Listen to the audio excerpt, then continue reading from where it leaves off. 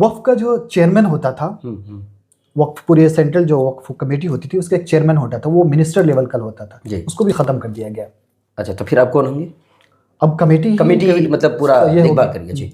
उसी तरह कमेटी में जो 3 मेंबर ऑफ पार्लियामेंट होते थे। अच्छा जी। और वो 3 मेंबर ऑफ पार्लियामेंट जो है उसमें भी ये शर्त लगा दिया गया है कि वो मुस्लिम होना जरूरी नहीं है यहाँ। अच्छा। तो यहाँ नॉन मुस्लिम भी member of parliament Waqf committee के चेयरमैन बन सकते हैं, मेंबर बन सकते हैं।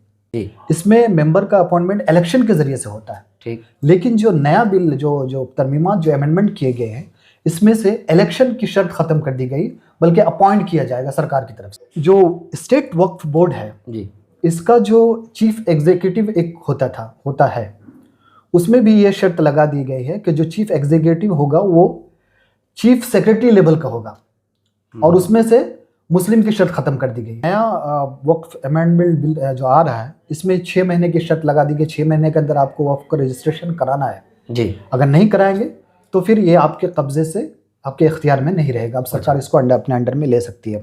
ट्रू रिपोर्ट्स में आपका स्वागत है, मैं हूं आपके साथ मुनव्वर आलम। वक्फ संशोधन बिल को लेकर के घमासान मचा हुआ है। All India Muslim personal law board ने आज यानी कि 17 मार्च को दिल्ली के जंतर मंतर में एक विरोध प्रदर्शन का आयोजन किया था, जिसको फिलहाल अगर हम देखें तो पूरी तरीके से वक्फ संशोधन बिल के खिलाफ बोलते नजर आ रहे हैं। यानी कह रहे हैं कि जो वक्फ संशोधन बिल आ रहा है इसे पूरी तरह से कैंसिल कर दिया जाए। जबकि अगर हम सरकार की बात करें तो सरकार ये कह रही है कि इससे जो है मुसलमानों को फायदा होगा, मुसलमानों को एक बार पढ़ लेना चाहिए। वहीं दूसरी तरफ जितने भी मुस्लिम रहनुमा हैं वो ये कह रहे हैं कि ये किसी भी नाहियत से मुसलमानों के लिए फायदेमंद नहीं है।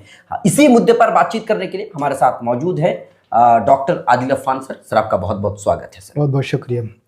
सबसे बड़ा और सबसे अहम सवाल यही उठता है कि सरकार की तरफ से बार बार ये कहा जा रहा है कि देखिए जो वक्फ संशोधन बिल है इसे आपको एक बार पढ़ लेना चाहिए, ये मुसलमानों के खिलाफ बिल्कुल भी नहीं है। जबकि अगर हम मुस्लिम रहनुमाओं की बात करें, असदुद्दीन ओवैसी साहब की बात करें, सांसद जावेद हसन साहब की बात करें, तो सारे लोग ये कह रहे हैं कि देखिए ये हमारे जो उसूल हैं, वक्फ के जो उसूल है उसके खिलाफ हैं। तो आपकी क्या राय है, इससे क्या नुकसान हो सकते हैं? सर जी बहुत बहुत शुक्रिया मुझे इनवाइट करने के लिए। सबसे खुशी की बात यह है कि बहुत दिनों बाद जितनी भी तंजीमें हैं, मिली तंजीमें हैं, वो सब एक साथ एक प्लेटफॉर्म पर आए। ये बहुत दिनों बाद देखने को मिला। CAA NRC के टाइम में भी हुआ था, लेकिन सब एक साथ नहीं आए थे।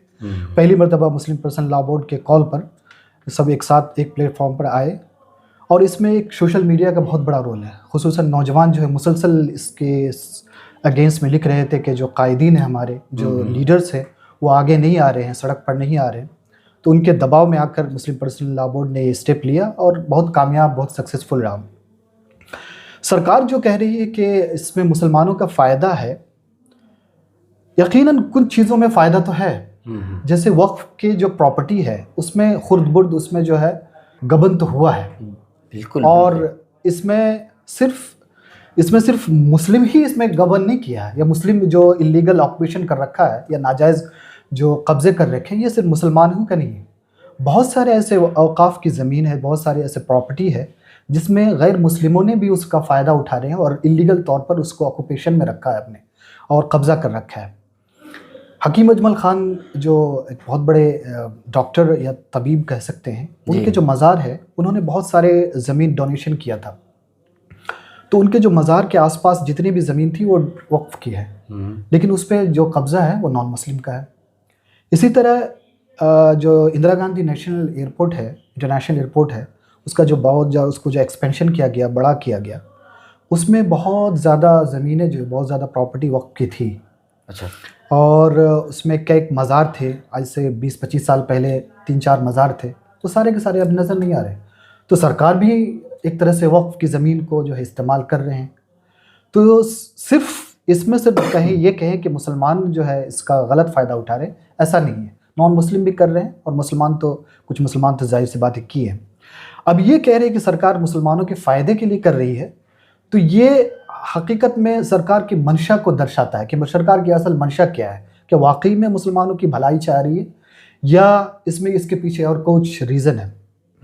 जो वक्फ तरमीमी जो बिल लाया गया है 2024, 8 अगस्त 2024 को जो बिल पेश किया गया था, उसमें तकरीबन 40 अमेंडमेंट किए गए हैं, 40 अमेंडमेंट जो है तरमीमात उसमें किए गए हैं। जी। जो मौजूदा बिल है वो 1995 का बिल है, जो कांग्रेस के ज़माने में उस टाइम किया गया था, और वो करंट में अभी वही बिल है, लेकिन उसमें अमेंडमेंट 2024 में करने के लिए पेश किया गया था। जी। 40 अमेंडमेंट में से कुछ अमेंडमेंट ऐसे हैं जिससे ऐसा लगता है कि सरकार की मंशा दुरुस्त नहीं है, सही नहीं है। जो कह रही है सरकार वैसा हकीकत में नहीं है। क्या क्या है, कुछ ऐसा बता सकते हैं? हाँ बिल्कुल, उसके कुछ एग्जाम्पल है। जैसे किसी भी जो वक्फ की प्रॉपर्टी है वो कलेक्टर के अथॉरिटी में दे दिया गया है कि कलेक्टर उसको चाहे तो उस वक्फ को जो है वक्फ की प्रॉपर्टी को सरकारी बता सकता है, या अगर उसको कुछ थोड़ा सा भी कुछ खुर्द-बुर्द नज़र आए तो वो उसको अपने अंडर में, सरकार के अंडर में ले सकती है। अच्छा, मतलब कलेक्टर के अंडर में वो अधिकार दे दिया? अधिकार दे दिया गया। ठीक ठीक। दूसरी सबसे बड़ी बात यह है कि जो मरकजी वक्फ कमेटी है, जो सेंट्रल वक्फ बोर्ड है जी। उसमें पहले 14 मेंबर हुआ करते थे। जो करंट जो वक्फ बिल है जो 1995 का 95 वाला, जी, तो उसमें 14 मेंबर है। लेकिन अभी जो नया जो प्रपोजल किया गया है, जो नया जो अमेंडमेंट किया गया है, उसमें 22-23 मेंबर रखा गया है। अच्छा। और उसमें सबसे अहम बात है कि उन मेंबरों का मुस्लिम होना ज़रूरी नहीं है। अच्छा। अब बताइए कि उसमें से अगर आधे, मतलब मैक्सिमम अगर आधे 12 या 13 अगर नॉन मुस्लिम उसमें आ जाए तो फिर ये क्या रहेगा? फिर वक्फ जो मुसलमानों की खालिस मुसलमानों कोई फिक्स्ड नहीं है, कोई फिक्स्ड ऐसा नहीं है कि भाई 2 नॉन मुस्लिम रहे, 3 नॉन मुस्लिम रहे, ऐसा नहीं है, या बिल्कुल ऐसे ही बता दिया गया है कि जितने भी रह सकते हैं? जितने भी रहे, मतलब मैक्सिमम आधा से आधा तक रह सकते हैं। आधे तक रह सकते हैं। अच्छा। आधे तक एक मतलब 50+ अगर हो गया तो भाई जाहिर सी बात है मेजोरिटी हो जाएगी उनकी। उसमें फिर औरतों की शमूलियत, औरतों को भी इंक्लूड किया गया, फीमेल को, तो ये खैर अच्छी बात है कि इसमें किया गया। लेकिन ये है कि मुस्लिम की शर्त जो लगा उसमें जो ख़त्म कर दी गई है, ये कहाँ तक दुरुस्त है? क्योंकि ये टोटली जो स्टेक होल्डर है, वक्फ का जो स्टेक होल्डर है वो मुसलमान ही है, मुसलमानों की जायदाद है, मुसलमानों की प्रॉपर्टी है। इसमें अब अगर आप नॉन मुस्लिम को लेकर आएंगे तो फिर ये कहाँ तक दुरुस्त है, इसकी मंशा क्या है? ठीक। इसी तरह वक्फ का जो चेयरमैन होता था, वक्फ पूरे सेंट्रल जो वक्फ कमेटी होती थी उसका एक चेयरमैन होता था, वो मिनिस्टर लेवल का होता था, उसको भी ख़त्म कर दिया गया। अच्छा, तो फिर आप कौन होंगे? अब कमेटी मतलब पूरा देखभाल करेंगे। जी। उसी तरह कमेटी में जो 3 मेंबर ऑफ पार्लियामेंट होते थे। अच्छा जी। और वो 3 मेंबर ऑफ पार्लियामेंट जो है उसमें भी ये शर्त लगा दिया गया है कि वो मुस्लिम होना ज़रूरी नहीं है यहाँ। अच्छा। तो यहाँ नॉन मुस्लिम भी member of parliament Waqf committee के चेयरमैन बन सकते हैं, मेंबर बन सकते हैं। तो इसमें भी सरकार की मंशा दर्शाती है कैसा। इसी तरह जो स्टेट वक्फ बोर्ड है जी, इसमें भी 7 से 11 मेंबर होते थे। इसमें भी ये शर्त ख़त्म कर दी गई कि जो मेंबर होंगे वो मुस्लिम होना चाहिए, मुस्लिम ना हो तो भी चलेगा जी। यानी कि नॉन मुस्लिम भी इसमें शामिल हो जाएंगे जी। एक चीज़ और कि मेंबर का जो अपॉइंटमेंट होता था, जो करंट वक्फ बिल है 1995 वाला जी, इसमें मेंबर का अपॉइंटमेंट इलेक्शन के ज़रिए से होता है। ठीक। लेकिन जो नया बिल जो तरमीमात जो अमेंडमेंट किए गए हैं इसमें से इलेक्शन की शर्त ख़त्म कर दी गई, बल्कि अपॉइंट किया जाएगा सरकार की तरफ से, चाहे स्टेट गवर्नमेंट या सेंट्रल गवर्नमेंट। अब देखिए एक डेमोक्रेटिक कंट्री में आप रहते हैं जहाँ पे इलेक्शन ही सब कुछ होता है, उसमें से आपने इलेक्शन को ख़त्म कर दिया और आप जो है अपॉइंट करेंगे, तो फिर ये डेमोक्रेसी कहाँ रही आपकी? तो आप जाहिर सी बात है जिसकी सरकार आएगी वो अपने हिसाब से अपने लोगों को रखेंगे, उसमें नॉन मुस्लिम भी होंगे, तो फिर ये मुसलमानों की धीरे धीरे हाथ से निकलती जाएगी जी। इसी तरह जो स्टेट वक्फ बोर्ड है जी, इसका जो चीफ एग्जीक्यूटिव एक होता है उसमें भी ये शर्त लगा दी गई है कि जो चीफ एग्जीक्यूटिव होगा वो चीफ सेक्रेटरी लेवल का होगा, और उसमें से मुस्लिम की शर्त ख़त्म कर दी गई है। अब ये बताइए कि भारत में जो इतने सारे स्टेट्स हैं, कौन से स्टेट में चीफ सेक्रेटरी आपके मुस्लिम है? इसमें आपकी इसमें भी यहाँ भी मंशा जाहिर होती है कि क्या। अब जाहिर सी बात है नॉन मुस्लिम ही होंगे, चीफ सेक्रेटरी नॉन मुस्लिम ही होंगे। मुस्लिम तो शायद ही एक आमिर सुबहानी साहब थे, वो भी रिटायर हो गए, इस लेवल तो है ही जी। तो यहाँ भी उसी तरह साफ जाहिर होती है। इसी तरह ये जो नया वक्फ अमेंडमेंट बिल जो आ रहा है इसमें 6 महीने की शर्त लगा दी गई, 6 महीने के अंदर आपको वक्फ का रजिस्ट्रेशन कराना है जी। अगर नहीं कराएंगे तो फिर ये आपके कब्जे से, आपके इख्तियार में नहीं रहेगा, अब सरकार इसको अपने अंडर में ले सकती है। एक चीज़ और ये है कि इसमें ये दिया लगाया गया है शर्त कि जो वक्फ करेगा, जो डोनेट करेगा, जो वक्फ करेगा, उसमें शर्त लगा दिया है कि कम से कम वो 5 साल तक वो मुसलमान होकर उनके अंडर में ये प्रॉपर्टी रही है। ये 5 साल की शर्त लगाया है। क्यों? यानी कि अगर मान लीजिए कोई नॉन मुस्लिम अगर मुस्लिम बनता है तो उनको 5 साल तक मुस्लिम बने रहना पड़ेगा, उसके बाद जो वो वक्त कर सकता है। अच्छा। ये तो एक तरह से आप डेफिनेशन करते हैं। मुस्लिम जिस दिन से बन जाता है जी, उस दिन से जो पैदाइशी मुस्लिम है और जो जिस दिन मुस्लिम बना, दोनों बराबर है। आप डिफरेंशिएट कर रहे हैं यहाँ पर। मुस्लिम में जो इक्वल, जो आर्टिकल 14 है, जो राइट टू इक्वालिटी है, वो चीज़ें तो यहाँ भी ख़त्म हो रही है आपकी। तो यहाँ पे भी आप डेफिनेशन कर रहे हैं। डेफिनेशन करते कि जो भाई आज मुसलमान है वो भी उतना ही अहम मुसलमान है जितना जो पैदाइशी है, दोनों बराबर है, इसमें कोई भेदभाव नहीं है। तो ये शर्त भी एक गैर मुनासिब शर्त है। ठीक। इसके अलावा जो वक्फ सर्वे कमीशन था उसको भी ख़त्म कर दिया है। ख़त्म कर दिया गया कि इस जो डिस्ट्रिक्ट लेवल के जो कलेक्टर होंगे वही वक्फ का जो कलेक्टर होंगे उसी के इख्तियार में होगा, और सर्वे कमीशन इसमें कुछ नहीं कर सकती। वक्फ सर्वे कमीशन वगैरह कुछ नहीं, कलेक्टर ही डिसाइड कर लेगा कौन सी वक्फ की ज़मीन है कौन नहीं है। अच्छा। और वो उनके हाथ में दे दिया गया। तो ये चीज़ें यानी कि कलेक्टर को बहुत ज़्यादा मजबूत कर दिया, बहुत ज़्यादा पावर दे दिया। तो अगर कलेक्टर को मजबूत किया जा रहा है तो कलेक्टर तो डायरेक्टली तो सरकार के अंडर में होते हैं। बिल्कुल। तो वो कैसे हो सकता है कि वो सरकार के मतलब जो है मंशा के खिलाफ वो बिल्कुल फैसला नहीं कर सकती। कलेक्टर साहब नहीं कर सकते हैं। जाहिर सी बात है, जो उनको ऑर्डर मिलेगा उसी हिसाब से वो करेंगे, या जो ये रिकमेंड करेंगे उनको सरकार उनको मानेगी या नहीं मानेगी, उनके इख्तियार में है। जाहिर सी बात है। तो इस तरह से ये मुसलमानों के हाथ से एक तरह से निकल जाएगा। दूसरी चीज़ ये है कि एक वक्फ ट्रिब्यूनल होता था 1995 का जो वक्फ ये है बिल है, उसमें वक्फ ट्रिब्यूनल का एक प्रावधान था जिसमें ये कहा गया था कि जो फैसला वो कर देगी और वो फैसला बिल्कुल अटल है, उसमें कोई तब्दीली नहीं हो सकती है। लेकिन जो नया जो अमेंडमेंट है उसमें दिया गया कि उस वक्फ ट्रिब्यूनल में कोई एक्सपर्ट होना या मुस्लिम एक्सपर्ट होना ज़रूरी नहीं है। ये भी एक तरह से बिल्कुल गैर मुनासिब है कि जो भाई वक्फ को जानता है, वक्फ क्या चीज़ है, रियल उसका हकीकत क्या है, इन चीज़ों को कोई नहीं जानता है तो उसको अगर आप उसमें जोड़ दें तो वो क्या फ़ैसला देंगे। दूसरी बात ये कि उस फैसले को आप चैलेंज भी कर सकते हैं। पहले ऐसा था कि नहीं चैलेंज कर सकते, लेकिन अब चैलेंज कर सकते हैं। इसी तरह एक चीज़ और है कि गैर मुस्लिम जो है वक्फ नहीं कर सकते हैं, लेकिन ये है कि वक्फ की जितनी प्रॉपर्टी है उसका एडमिनिस्ट्रेटर बन सकते हैं। ये कहा कि भाई कलेक्टर तो ऑब्वियसली नॉन मुस्लिम ही है। बहुत सारी ऐसी ज़मीन है जिसने बहुत जगह पर गैर मुस्लिमों ने भी वक्फ किया है। कुछ ऐसे मिसाल हैं, एग्जाम्पल हैं, तो वो भी अब उनके हाथ से निकल जाएंगी। उसमें स्कूल वगैरह चल रहे हैं, अच्छे मुसलमानों के स्कूल चल रहे हैं और कुछ सोशल एक्टिविटीज़ हो रही हैं, वो भी ख़त्म हो जाएगी। अच्छा, तो मैं ये जानना चाहूँगा कि जिस तरीके से आपने कहा कि देखिए जो वक्फ है, तो वक्फ ज़मीन वक्फ करने के लिए क्या मुसलमान होना शर्त है या कोई नॉन मुस्लिम भी वक्फ कर सकते हैं? देखिए वक्फ है क्या? वक्फ का ताल्लुक जो है, जो असल अगर हमें पहले जानना पड़ेगा कि वक्फ है क्या चीज़ है। वक्फ में अगर देखें, अगर शरीयत एतबार से देखें तो कुरान में वक्फ का जिक्र डायरेक्टली नहीं है। वक्फ में वक्फ का वर्ड तो है लेकिन इस माने में नहीं है कि जो प्रैक्टिकल है उस माने में नहीं है। अलबत्ता कुरान में एक आयत है कि लन तनालुल बिर्र हत्ता तुनफिकू मा तुहिब्बून। इसी तरह इन्नमा सदक़ातु लिल फ़क़रा, बल्कि सदका और जो चीज़ खर्च करने के बारे में कहा गया है। लेकिन अहादीस में इसके बारे में बहुत बुखारी की हदीस है और बहुत क्लियर हदीस है जिसमें वक्फ के बारे में आया।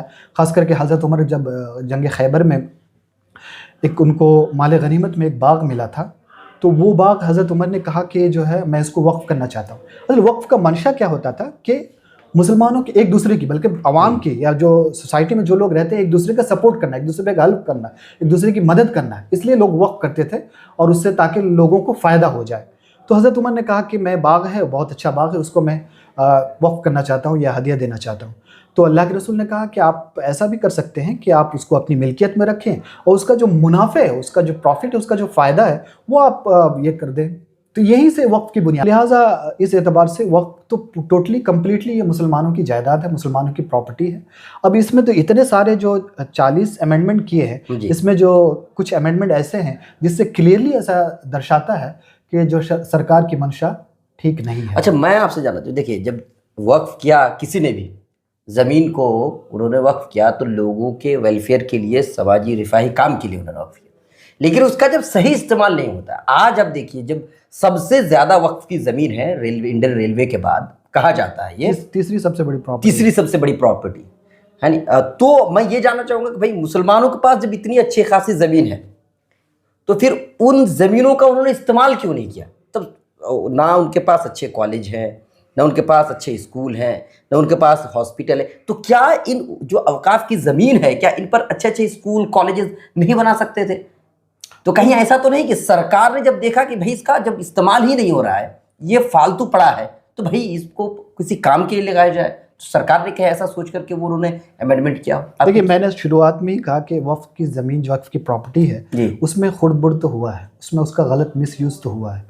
जो लोग जो उनके मुतवल्ली हैं वो 100-100 साल से मुतवल्ली उसके बने बैठे हैं और उसका अपने फ़ायदे के लिए या अपने मफाद के लिए इस्तेमाल कर रहे हैं। तो कहीं ना कहीं गलती तो हुई है, लेकिन उसका मतलब ये नहीं कि जो स्टेक होल्डर है, जो वक्फ के स्टेक होल्डर है, उनसे आप वक्फ की जो है प्रॉपर्टी छीन लें।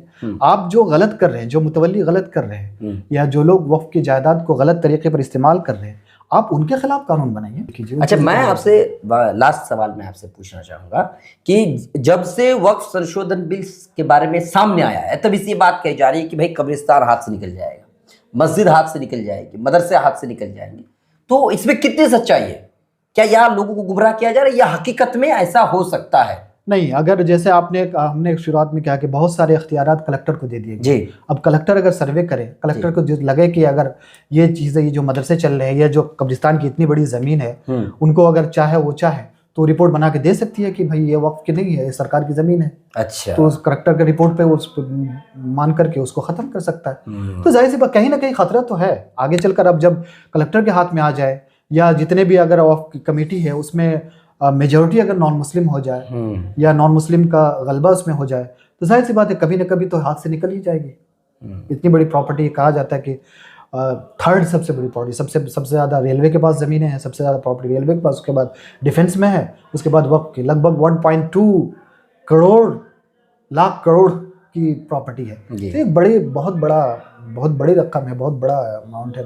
तो कभी भी सरकार जो है इसकी, आपसे मैं पूछना चाहूँगा कि अगर इस वक्त की जायदाद का सही इस्तेमाल हो तो आपको क्या लगता है कि क्या मुसलमानों के हालात बदल सकते हैं? क्या बिल्कुल बदल सकते हैं। आप खुद ही सोचिए कि इतनी बड़ी प्रॉपर्टी, मुसलमानों की तादाद ही कितनी है। कहा यह जाता है कि मैक्सिमम 20 करोड़ की होगी जी, और इनके हम मान लेते हैं 30 करोड़ है, मान लेते हैं 30 करोड़ जी। 3 करोड़ तो सब तो करीब नहीं है, कम से कम 50% ऐसे होंगे जो जरूरत, 50% ऐसे तो अपने हिसाब से चल सकते हैं, अपनी रोजी रोटी कमा सकते हैं। बिल्कुल बिल्कुल।